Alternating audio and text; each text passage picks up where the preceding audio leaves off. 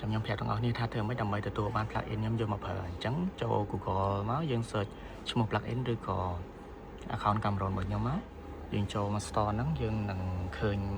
product ទាំងអស់ដែលមាននៅក្នុង store ហ្នឹងមានតម្លៃនៅលើហ្នឹងស្រាប់អញ្ចឹងចង់បានមួយណាទាំងអស់គ្នាអាចរើទៅអញ្ចឹងខ្ញុំឧទាហរណ៍ចាក់ស្ដែងទី1គឺ Visual Mapper ហ្នឹងអញ្ចឹងដល់ពេលចូល page ហ្នឹងមកកន្លែងនេះតម្លៃលុយយើងអាចដាក់0ឬក៏ប្រហែលក៏បានដែរបន្ទាប់មកយើង add to cart ទៅវានឹងលោតផ្ទាំងហ្នឹងទៅផ្ទាំងមួយទៀតនេះយើងដាក់ email ចូលទៅហើយបន្ទាប់មកយើងចុច get បន្ទាប់មកវានឹងលោតមកផ្ទាំងនេះឲ្យយើង download ក្នុងប្រអប់សារវានឹងផ្ញើសារអូតូម៉ាទិកចូលទៅ email នេះ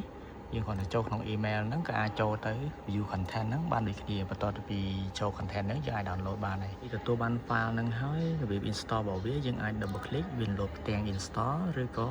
យើងអាចទាញ file នេះយកមកតម្លាក់នៅក្នុង Resolution Arena វានឹងលោតផ្ទាំងដូចគ្នាដោយសារខ្ញុំ install ហើយអញ្ចឹងយើងចូលទៅមើលនៅក្នុងវានឹងលោតឈ្មោះមួយហ្នឹងយើងគ្រាន់តែទាញវាដាក់ចូលទៅក្នុង layer ណាមួយអូខេហើយយើង play វានឹងplugin នឹងមកជាមួយនឹង clip property